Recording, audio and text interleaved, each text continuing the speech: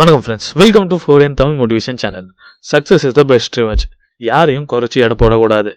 இந்த 2 லைனுக்கான மீனிங்கை இந்த ஸ்டோரியோட எண்டில் நீங்களே புரிஞ்சுப்பீங்க. நம்ம இன்னைக்கு இந்த வீடியோவில் லக்ஸரி ஸ்போர்ட்ஸ் கார் லேம்போர்கினி பற்றி பார்க்க போகிறோம். அது எப்படி உருவாச்சு, அது பின்னாடி யார் இருக்கா அப்படின்னு இந்த வீடியோவில் தெரிஞ்சுக்கலாம். ஸோ வாங்க ஆரம்பிக்கலாம். Let's begin. 1916 இட்டாலியில் இருக்க ஒரு சின்ன கிராமத்தில் ஃபெரோஷியோ லேம்போர்கினி பிறந்தாரு. அவங்க அப்பா பேர் ஆண்டோனியோ லேம்போர்கினி. அவர் ஒரு சின்ன விவசாயி. அது வச்சு தாங்க அவர் குடும்பத்தையே ரன் பண்ணிட்டு இருந்தாரு. சின்ன வயசுலேருந்து இவருக்கு இன்ஜின்ஸ் கராஜில் வேலை செய்யறது ரொம்பவே பிடிக்குமா. அது மட்டும் இல்லாமல் இவருக்கு கார்ஸ்னாலே உயிரான். ஸோ அவரோட ஸ்கூலிங்க்கு அப்புறம் அவருக்கு பிடிச்ச ஃபீல்டில் இவர் படிப்பு முடிச்சாரு. அதுக்கப்புறம் இவர் இட்டாலியன் ராயல் ஏர்ஃபோர்ஸில் போய் சேர்ந்தாரு. வேர்ல்டு வார் 2 அப்போ இவர் ஒரு மெக்கானிக்காக அங்கே வேலை செஞ்சுட்டு இருந்தாரு. அதுக்கப்புறம் வேர்ல்டு வார் முடிஞ்சது. இவர் பைடிவி சென்ற ஊரில் அவரோட சொந்தமான கராஜ் ஆரம்பிச்சாரு. அங்க வண்டியோட இன்ஜின்ஸ் எல்லாம் ரிப்பேர் பண்ண ஸ்டார்ட் பண்ணாரு. அப்போ ஒரு பழைய ஃபியட் டொப்போலினோ வாங்கினாரு.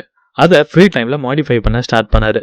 அந்த வண்டியை மாடிஃபை பண்ணும்போது தான் இவருக்கு ஒரு ஐடியா வந்துச்சு. தட் நம்ம ஏன் டிராக்டர் மேனுஃபேக்சர் பண்ணக்கூடாதுன்னு. ஸோ இவர் பழைய மிலிட்ரி இன்ஜின்ஸ் எல்லாம் வாங்கி அதில் டிராக்டர் செய்ய ஆரம்பிச்சாரு. இந்த ஐடியா ரொம்பவே ஹிட் ஆச்சு. பிகாஸ் வேர்ல்டு வார் முடிஞ்சதுக்கு அப்புறம் அவங்க கண்ட்ரிக்கு சப்போர்ட் பண்றதுக்கு அந்த ஊர் மக்கள் எல்லாம் விவசாயம் பண்ண ஸ்டார்ட் பண்ணாங்க. அதுக்கப்புறம் இவர் 1947 லேம்போர்கினி டிராக்டோரியா ஆரம்பிச்சாரு.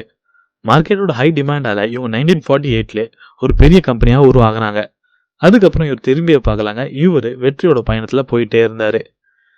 அதுக்கப்புறம் இவரோட சின்ன வயசு கனவெல்லாம் நினைவாக்கிறதுக்கு கார்ஸ் வாங்க ஆரம்பிச்சாரு. 1958 ஃபெராரி 250 GT கார் வாங்கறதுக்கு இவர் மாரிலான ஊருக்கு போனாரு. அண்ட் அங்க அந்த கார் வாங்கினாரு. கொஞ்ச நாள் அந்த கார் ஓட்டினதுக்கு அப்புறம் இவருக்கு தோணுச்சு தட் ஃபெராரி கார் பார்க்க ரொம்பவே நல்லா இருக்கு. பட் இதில் ரொம்ப சவுண்ட் வருது அண்ட் இவங்களோட கிளச்சில் ஏதோ ஒரு ப்ராப்ளம் இருக்குன்னு இவருக்கு தோணுச்சு. ஸோ அவர் எங்கேயும் கம்ப்ளைண்ட் பண்ணாமல் ஸ்ட்ரெயிட்டாக ஃபெராரியோட ஓனர் என்சோ ஃபெராரி கிட்டவே கம்ப்ளைண்ட் பண்ணார். லேம்போர்கினியோட இந்த மூவ் என்சோ ஃபெராரிக்கு சுத்தமாக பிடிக்கல. ஸோ அவர் நேராக மூஞ்சில் அடித்த மாதிரி சொல்லிட்டாரு.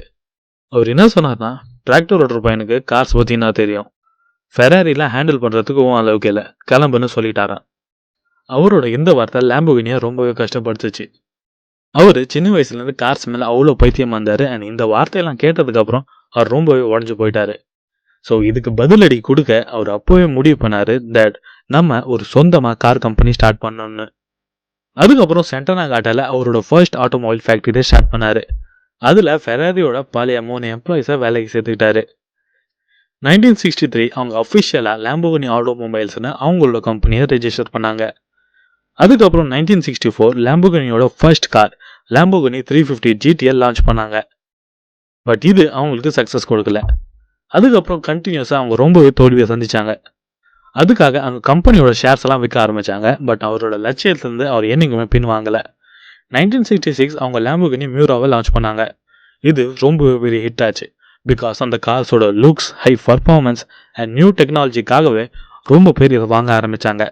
அதுக்கப்புறம் இவங்க கம்பெனியோட பேர் வேர்ல்டு ஃபுல்லாக பரவ ஆரம்பிச்சது. அண்ட் இவங்க அதுக்கப்புறம் திரும்பியே பார்க்கலாங்க. இந்த கம்பெனி நெக்ஸ்ட் லெவலுக்கு போச்சு. அண்ட் இன்னைக்கு டேட்டில் எல்லா கார் லவ்வர்ஸோட விஷ் லிஸ்ட்டில் கண்டிப்பாக இந்த காரோட பேர் இருக்கும். அண்ட் இவங்களோட ஸ்டார்டிங் ப்ரைஸே பார்த்தீங்கன்னா 3 கோடியிலேருந்தாங்க ஆரம்பிக்கிறாங்க. இதில் ஒரு இன்ட்ரெஸ்டிங்கான விஷயம் என்னென்னா, நீங்கள் லேம்போர்கினி கார்ஸில் அடிக்கடி 63 நம்பரை பார்க்கலாம்.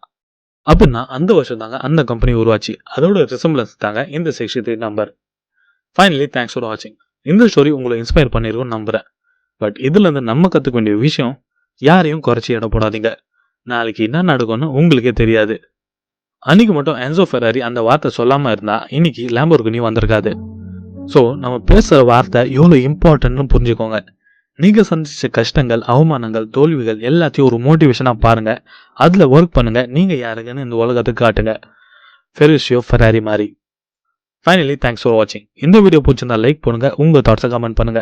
அண்ட் இந்த வீடியோ பிடிச்சிருந்தா உங்கள் ஃப்ரெண்ட்ஸ் அண்ட் ஃபேமிலி மெம்பருக்கு ஷேர் பண்ணுங்க. இது மாதிரி வீடியோஸை பார்க்க சேனலுக்கு சப்ஸ்கிரைப் பண்ணுங்க. அண்ட் பக்கத்தில் இருக்க பெல் ஐக்கானை ப்ரெஸ் பண்ணுங்க. அப்போ தான் என்னோட லேட்டஸ்ட் வீடியோ உங்கள் நோட்டிஃபிகேஷன் வரும். And finally the most important thing, thanks for you valuable time.